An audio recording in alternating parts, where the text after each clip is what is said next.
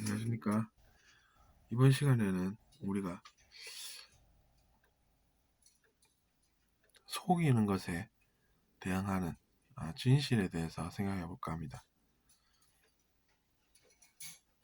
수많은 사람들이 속이는 인생을 산다고 가정해 보면 진실이 그만큼 더 좋다는 것을 우리가 느껴볼 수가 있습니다. 그러니까 우리가 속이는 사람에 의해서 당하지 않는 것은 실력으로 당연히 우리가 이루어야 하는 일이고, 하지만 속이는 사람이 있다라고 해서 그 사람들을 욕하고 있는 것은 아니라는 이야기입니다. 그 사람들을 욕하기보다 속이는 사람들이 많아서 내가 진실이 그만큼 좋다는 것을 느껴볼 수가 있는 것이구나, 이렇게 생각하는 시각이 있을 수 있다는 이야기입니다. 그렇다고 해서 속여서 뭔가를 행한 사람이 아무 일도 겪지 않는다라는 것은 아닙니다. 그 사람의 인생은 어떻게 흘러가겠습니까? 사람들이 그것을 모르고 별일 없이 잘 사는 것이 아니라 속인 사람은 항상 그 흔적을 남겨놓고 떠납니다. 그러니까 내가 누군가를 속여서 뭔가를 얻었어, 나는 성공했어 라고 생각하고 있을지 모르겠지만 세상은 그렇게 돌아가지는 않습니다. 속여서 누군가를 괴롭히고 그럼에도 불구하고 나는 나쁜 사람이 아니야 이렇게 살면서 또 저 사람은 나쁜 사람이다 라고 추정하고 그 사람을 괴롭히는 그런 사람들의 인생이 저는 부럽지가 않습니다. 왜냐하면 그는 자기 자신까지는 속이지 못하기 때문입니다. 그것이 바로 그 사람의 죄의 흔적이 된다는 이야기입니다.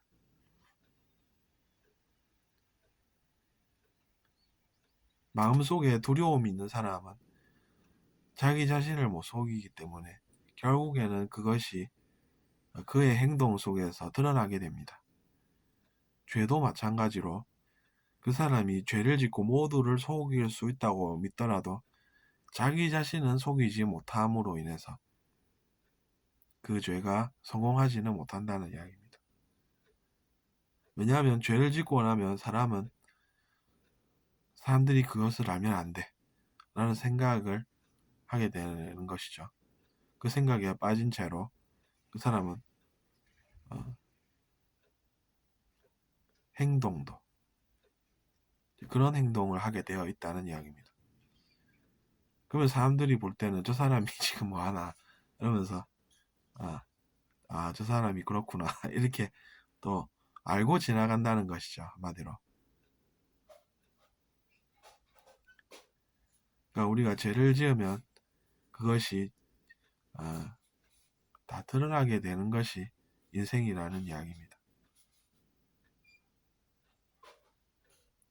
그렇기 때문에 우리가 죄를 짓고 속이면서 사는 사람의 인생이 좋아 보이지 않는다는 것입니다.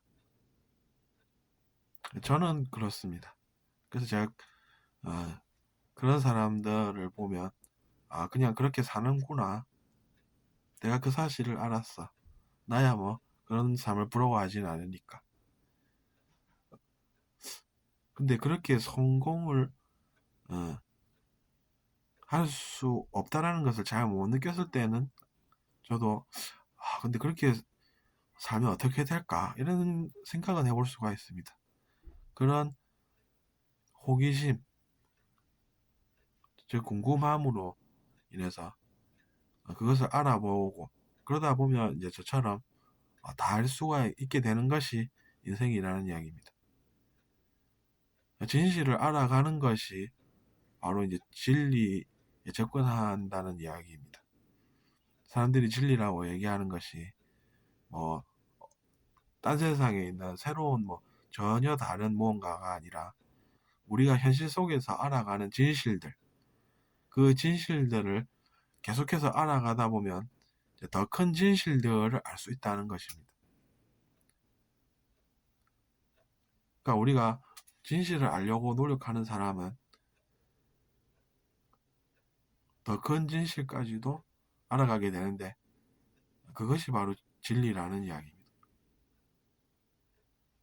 우리가 진리는 영어로도 표현해 보면은 진실과 똑같은 단어를 쓰죠. truth라고 말입니다. 그 truth라는 것이 같은 단어입니다.